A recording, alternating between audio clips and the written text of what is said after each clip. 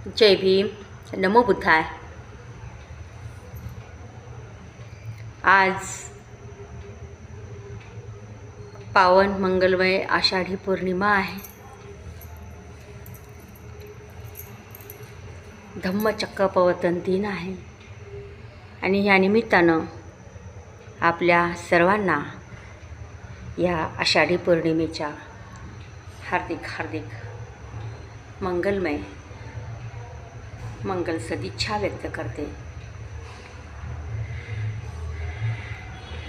आजपासून वर्षावासाच्या 3 महिन्याच्या कालावधीसाठी ग्रंथ वाचनासाठी, ग्रंथ श्रवण करणाऱ्यांसाठी आणि सर्वांच्यासाठी, उपासक उपासिकांसाठी, बालबालिकांसाठी आजचा दिवस अतिशय महत्त्वपूर्ण आहे। आणि आजच्या या दिवसापासून आपण एकसारखे 3 महिने वर्षावास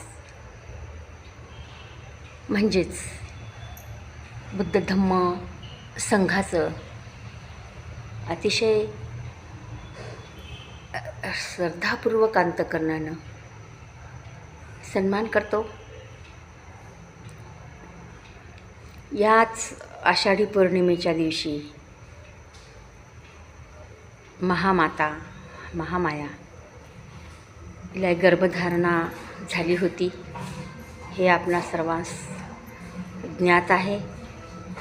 त्याचबरोबर ह्या आषाढी पौर्णिमेच्या दिवशीच सिद्धार्थ गौतमाने ग्रहत्याग केला होता। या जगाला दुःखमुक्तीचा मार्ग देण्यासाठी। आणि आपल्याला हा सर्व इतिहास माहितीच आहे। आणि ज्ञानप्राप्ती झाल्याच्या नंतर सिद्धार्थ गौतमाने सिद्धार्थाचा बुद्ध झाल्यानंतर प्रथमतः सारनाथ येथील मृगदाय वनात घृतकुट पर्वतावर पंचवर्गीय भिक्खू संघांना आपला धम्म स्पष्ट केला होता।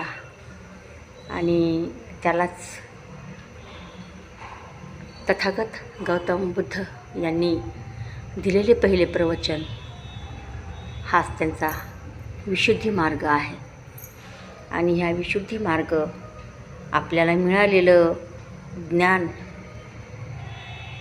हे पहिल्यांदा कुणाला सांगावं या विचाराने